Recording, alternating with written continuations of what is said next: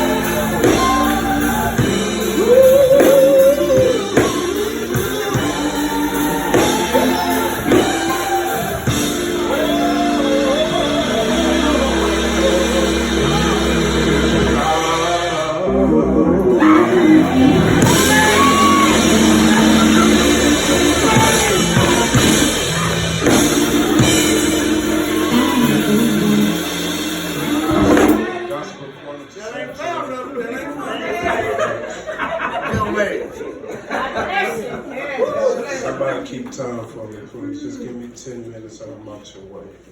And let me express my genuine appreciation to Pastor Max Talbot for the invitation and to all of these preachers that I share pulpit and pew with. Y'all pray for me, please. Talk, sir.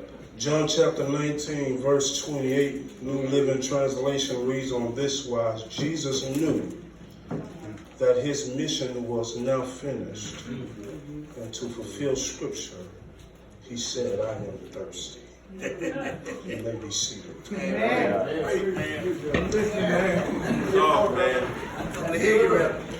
I want to tag this text tonight. The thirst is real. All right, Doc. All right, Reverend. You heard stuff like, look at her. Don't she look thirsty? Or you've heard things like, he tried to holler at me with his thirsty self.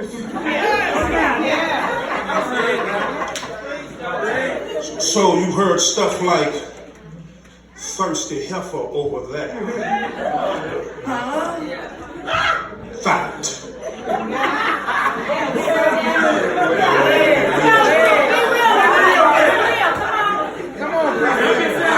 Can we all be honest tonight? All of us have been thirsty somewhere or another. Life has made you thirsty. Come on, Doc. Jesus is hanging on this cross. He uttered two words, I thirst. I had to question the Lord at this moment because the one who can make storms come, one who could bring water in dry places, has the audacity to say, I thirst. Let's go back. Let's first consider the cry of the Savior as an expression of his bodily suffering.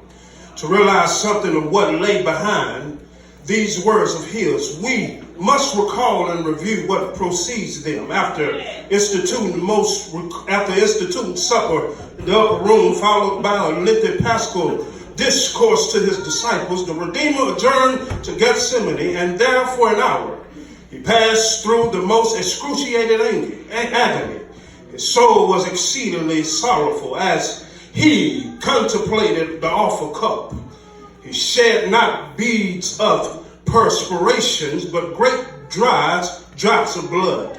Come on, Doc. His wrestling in the garden was terminated by the appearing of the traitor, accompanied by the band who had come to arrest him. He was brought before Caiaphas in the middle of the night, though it was. He was examined and condemned. The Savior was held until early morning, and after the weary hours of waiting were over, was brought before Pilate. Following the lengthy trial, order were given, for him to be scourged. Next, he was led, perhaps right across the city, to Herod, judgment hall, and after that, a brief appearance before the Roman prelate. He was delivered to the hands of the brutal soldiers. Again, he was mocked and scourged again, and he was led across the city back to Pilate. Once more, there was weary delay of formalities of the tribe. If such a force deserved the name, followed by the passing sentence of death, follow me if you will. Then with bleeding, now he's bleeding, with bleeding back, carried his cross under the heat of now almost midday sun. He journeyed up a rugged height of Golgotha.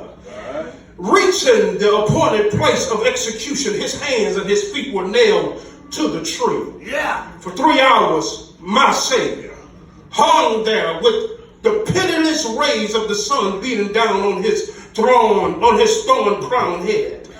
This was followed by 3 hours of darkness, now over.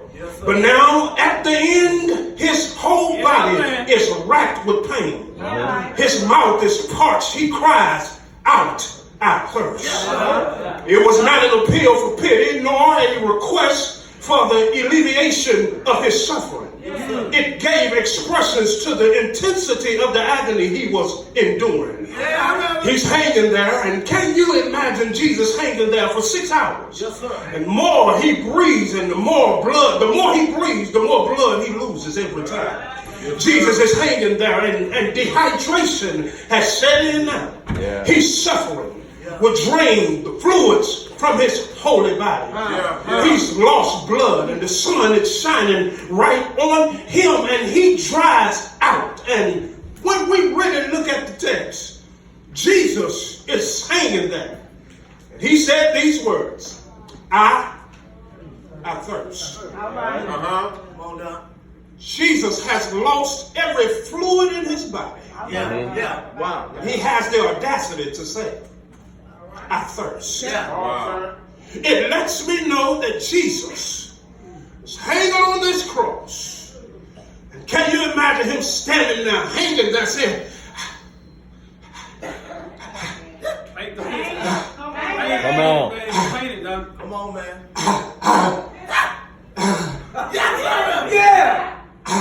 Come on. Come on here. I thirst.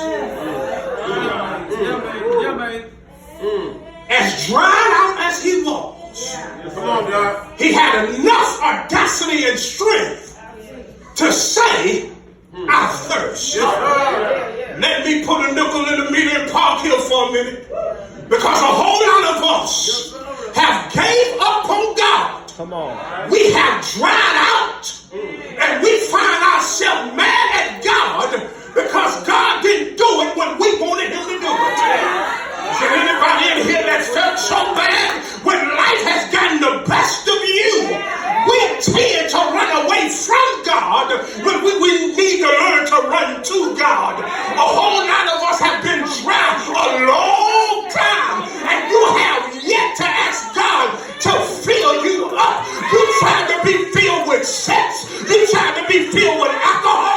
You try your best to be filled with drugs. But some way, somehow, Jesus hung on that cross, not for himself, but he hung down just for you and I.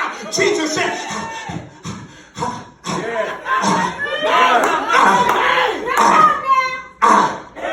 I thirst. He's there. Isn't it so amazing that as dry out as Jesus was, he thought about you and I in a dry situation to let all of us know no matter what comes your way, I'm hanging on this cross. I'm dry right now just for you and I. All you ought to be ashamed of yourself when you don't praise God for what he's done in your life. You come to church mad as hell because you didn't get the house, you didn't get the car. But I have a Jesus who was dried out and he hung on the cross just for you and I. Erwin Lepster, who is a profound writer, writes in his book Cries on the Cross. He writes this saying. He says, if at this moment Jesus finds himself being abandoned, he finds himself having agony, and he finds himself thirsty. It literally suggests to us this is the first time Jesus had actually experienced hell on earth.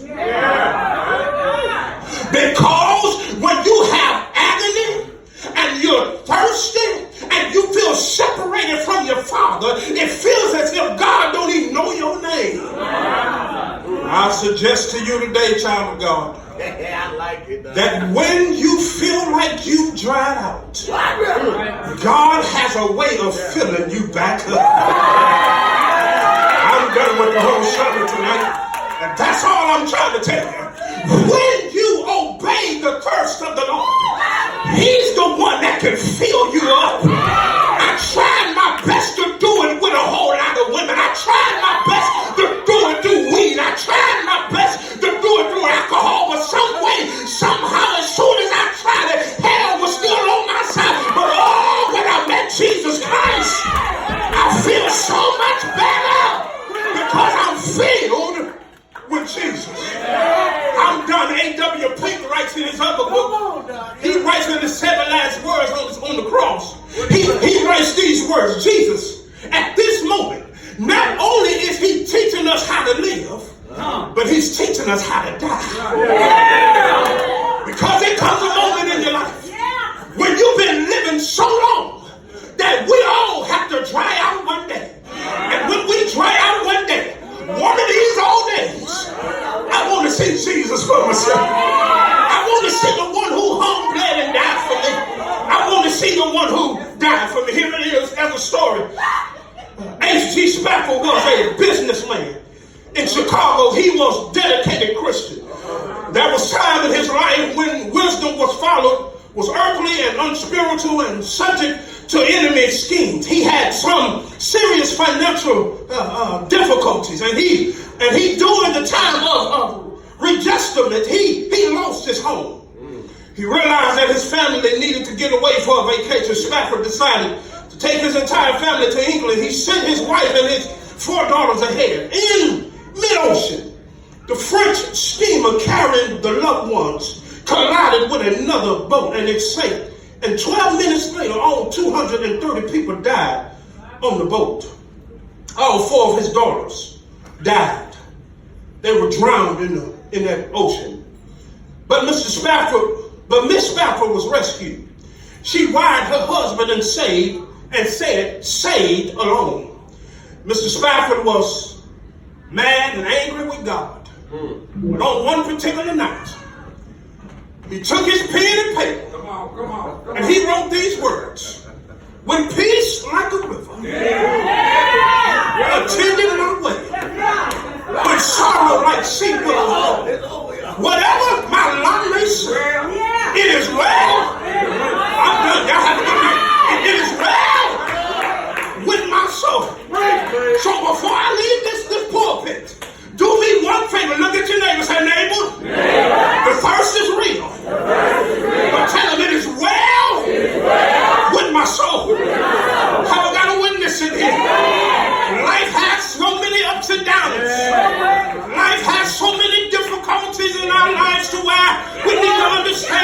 God has all the power to do exceedingly abundantly above all we can ask or think. The truth of the matter is, when we have God in our lives, He's the only one that can fill us up. Have I got a witness in here? I've been down to my last dime, and I did not know what the Lord was going to do in my life. And the good news is, when I have God in my life, the truth of the matter is, God, He made the difference in my life. Have I got a witness in here? You ought to throw your arms around somebody and say, neighbor, don't leave here the same. Don't leave here messed up, but leave here filled with the Spirit. Have I got a witness in here? You ought to say, neighbor, be not dismayed. Whatever betide, till God will take good care of you. But lift His wings of love by Jesus. He'll take care of you. Have I got